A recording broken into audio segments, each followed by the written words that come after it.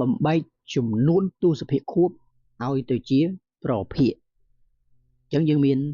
4លំហាត់ផ្សេងគ្នា1.23ខួប2.45ខួប3.05ខួបនិង4.234ខួបមានន័យថាគេឲ្យយើងបំបែកខួបទៅជាប្រភេទបាទចំនួនទស្សភាគខួបហ្នឹងឲ្យទៅជាប្រភេទឥឡូវយើងចាប់ផ្ដើមការដោះស្រាយទាំងអស់គ្នាបាទយើងមើលលំហាត់ទី1នេះ1.23ខួបយើងបំបែកទៅជាប្រភេទអញ្ចឹងជំហានទី1 1.23ខួបនេះមានន័យយ៉ាងដូចម្ដេចយើងអាចសរសេរវាបានថា1បូកឲ្យ 0.23 ខួបខ្ញុំបំបែកជា2សិនមានន័យថា1បូក 0.23 យើងអានអញ្ចឹងសិនឲ្យយល់1បូក 0.23 នេះគឺបែបនេះអញ្ចឹងបានន័យថាកន្លែងនេះអត់មានក្បៀសទេសំទោសអត់មានកន្ទុយក្បៀសអញ្ចឹងយើងដាក់វា0បាន0បូក3 3 0បូក2 2 1បូក0គឺ1អញ្ចឹងយើងអានថា1.23អញ្ចឹងបើសិនជាអានេះចង់ខួបអានេះគឺខួបដែរឥឡូវ 1.23 យើងបំបែកជា2មកយើងបំបែកថា1បូក 0.23 ខួបឥឡូវយើងចាប់ផ្ដើមធ្វើផ្នែកពណ៌ក្រហមនេះ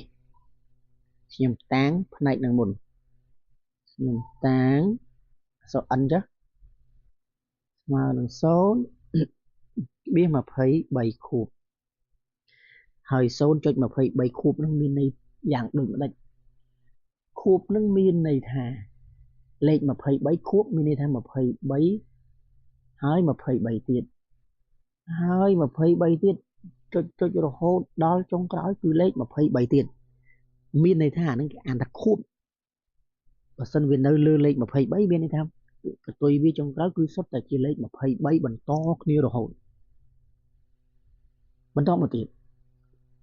យើងតាំង n ស្មើនឹង 0.23 ខួបអញ្ចឹងយើងពិនិត្យមើលទៅលើខួបណាពិនិត្យមើលកន្លែងនេះខួបលើលេខចំនួនប៉ុន្មានខ្ទង់គឺ2ខ្ទង់អញ្ចឹងបងអូនចាំបើសិនជាខួបលើលេខ2ខ្ទង់បងអូនត្រូវគុណនឹងកន្លែងនេះ100ដល់ឲ្យតាន់បើខួបនៅលើ2ខ្ទង់គុណ100តែបើខួបនៅលើតែ1ខ្ទង់ទេគឺគុណនឹង10តែបើខួបនៅលើ3ខ្ទង់ឧទាហរណ៍5 6 7បែបនេះអញ្ចឹងបើសិនជាគូបែបនេះគឺខួប3ខ្ទង់បើខួប3ខ្ទង់យើងគុណនឹង1000ចាំណាឥឡូវលំហាត់យើងគឺលេខយើងគឺមានតែ2ខ្ទង់ទេអញ្ចឹងយើងគុណនឹង100 2ខ្ទង់នឹងយើងគុណនឹង100ដោយសារ2ខ្ទង់គឺយើងគិតថា02អញ្ចឹងយើងគុណ100ណាអញ្ចឹងយើងបាន100គុណនឹង n អញ្ចឹងបើអង្គទី1គុណ100អង្គទី2នេះយើងគុណ100ដែរមកនេះអង្គទី2យើងគុណ100ដែរមកអញ្ចឹងយើងបាន100គុណឲ្យ 0.23 ចុចរហូតដល់23ដូចគ្នាអញ្ចឹង100គុណនឹង n បានប៉ុន្មានគឺ100n ហើយចំណែកខាងនេះវិញ100គុណនឹង0ចុចប៉ុណ្ណេះអញ្ចឹងរបៀបគុណ100ជាមួយនឹងចំនួនទស្សភាគយើងស្រួលទេគឺយើងរំកិលក្បៀសណានេះយើងរាប់0ចំនួនប៉ុន្មាន0ចំនួន2ណា0ចំនួន2 0ចំនួន2 100នេះអញ្ចឹងយើងរកក្បៀសរំកិលចំនួន2ដែររំកិលទី1ដល់ទីនេះរំកិលទី2ដល់កន្លែងនេះ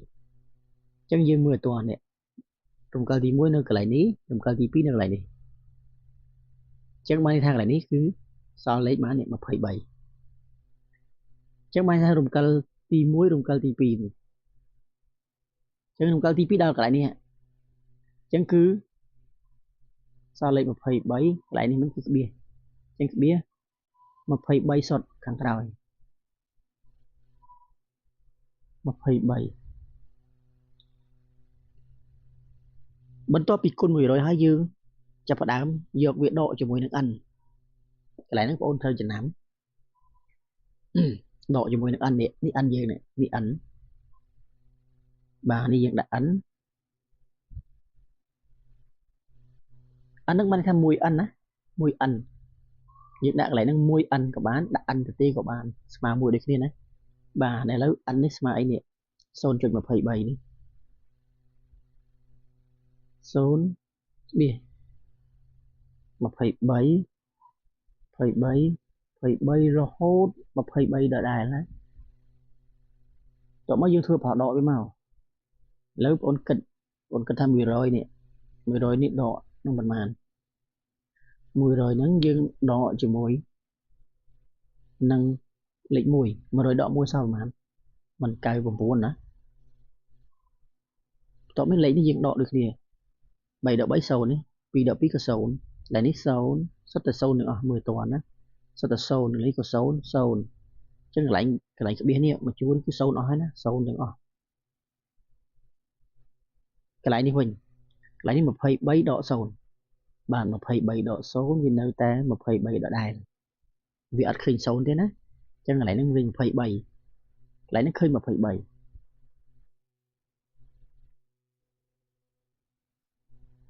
លើពិនិត្យបន្តទៀតអញ្ចឹងកន្លែងនេះ 23 កតុយវា 00 កតុយវា 0 អញ្ចឹងបើកតុយ 0 អាកតុយ 0 យើងមិនបាច់សរសេរក៏បានដែរណាអញ្ចឹងបងអូនសរសេរតែនេះ 99n ស្មើឲ្យ 23 កន្លែងនេះមិនវា 00 ចឹងហើយ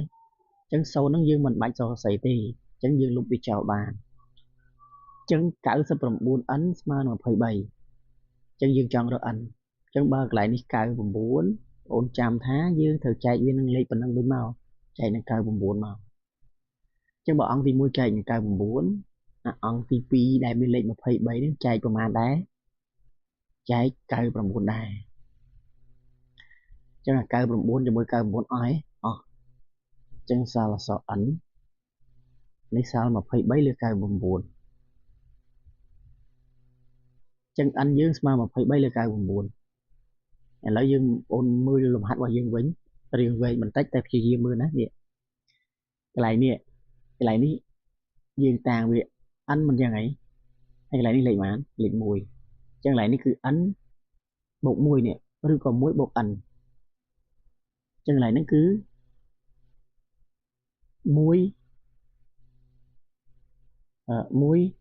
ក្បៀស23ខួបអញ្ចឹងយើងមិនស្មើអីយើងមិនស្មើ1បូក 0.23 ខួប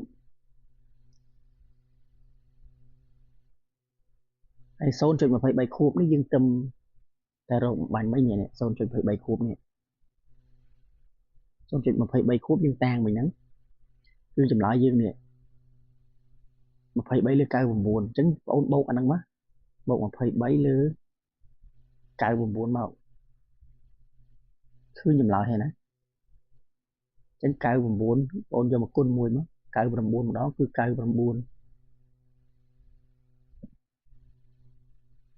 តមកបូកប្រមាណបូក23អញ្ចឹងចម្លើយយើងស្មើនឹងប្រមាណភាគបែង99ហើយ99នេះបងអូនបូក23មក9បូក3 12សរសេរលេខ2ដាក់ទុក1 9បូក1 10 12អញ្ចឹង122ណា122អញ្ចឹងដូច្នេះចំនួនរបស់យើង1ក្បៀស23ខួបនេះយើងស្មើប៉ុន្មានដែរ122លើឲ្យ99ណា122លើ99អញ្ចឹងចម្លើយរបស់យើងត្រូវបានបញ្ចប់ត្រឹមប៉ុណ្ណេះ